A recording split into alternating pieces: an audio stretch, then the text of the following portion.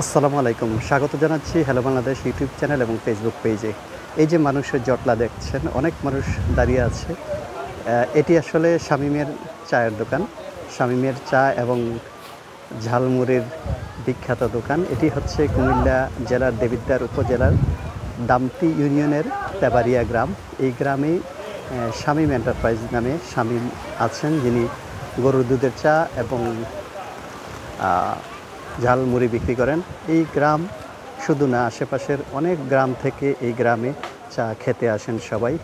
আমরা একটু দেখাচ্ছি আপনাদেরকে। সবাই চা খাওয়ার পাশাপাশি লাইনে দাঁড়িয়ে আছেন, অর্থাৎ চা অর্ডার দিয়ে বেশ কতক্ষণ দাঁড়িয়ে থাকতে হয়, তারপরে চা পাওয়া যায়। খুব শখ করে, আবার কেউ খাচ্ছেন একেবারে আয়েশ করে, কেউ কেউ খাচ্ছেন। এই গ্রামের যে ঐতিহ্য, সেখানে এই দুধের চা মিশে আছে। এই দোকানটি চমৎকার একটি জায়গায়, যেটির এক পাশে একেবারে ফসলি জমি। আমি একটু দেখাতে চাচ্ছি আপনাদেরকে। একেবারে ফসলি জমি, সবুজে ঘেরা। তার ঠিক পাশেই হচ্ছে এই দোকানটি, যার কারণে যারা এখানে চা খেতে আসেন তারা চা খাওয়ার পাশাপাশি একেবারে যে দক্ষিণা হাওয়া উপভোগ করতে পারেন, পাশাপাশি তাদের যে ভালো একটা সময় ব্যয় করতে পারেন। শামীম এই দোকানটি দীর্ঘ বেশ কয়েক বছর ধরে চালিয়ে আসছেন। তিনি এই দোকানের একটু আগে আমরা যেটা তার কাছে জানতে চাইলাম বা জানতে পারলাম, তা হচ্ছে যে তিনি শুধু বিকেলবেলায় 5 থেকে 6 হাজার টাকার চা এবং ঝালমুড়ি বিক্রি করে।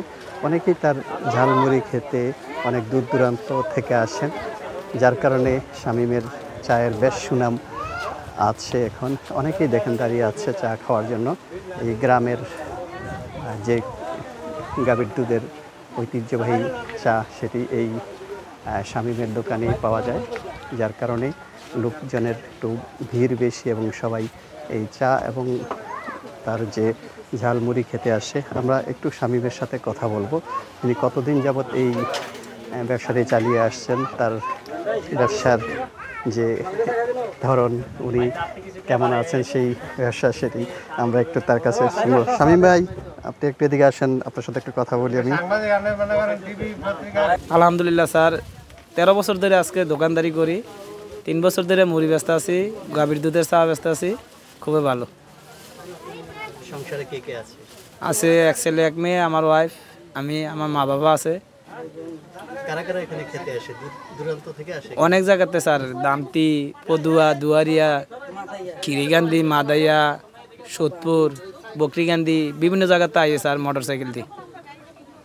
ঝালমুড়ির কি বৈশিষ্ট্য, কি মানে স্বাদ কেমন? খুবই ভালো। ভালো হইলে তো স্যার আসে, মান ভালো। ভালো না হইলে তো আর আসলো নইলে।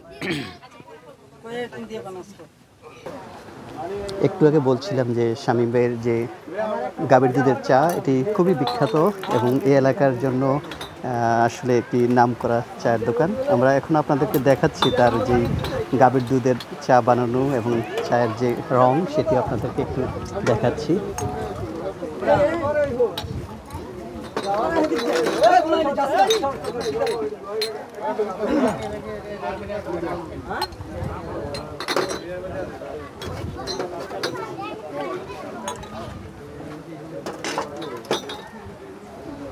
স্থানীয়ভাবে যে দুধ আছে, অর্থাৎ এখানকার গাভীর দুধের একেবারে টাটকা দুধের এবং সেই চায়ের স্বাদ, অনেকেই চা খেতে আসছেন। আমি একটু দেখাচ্ছি আপনাদেরকে।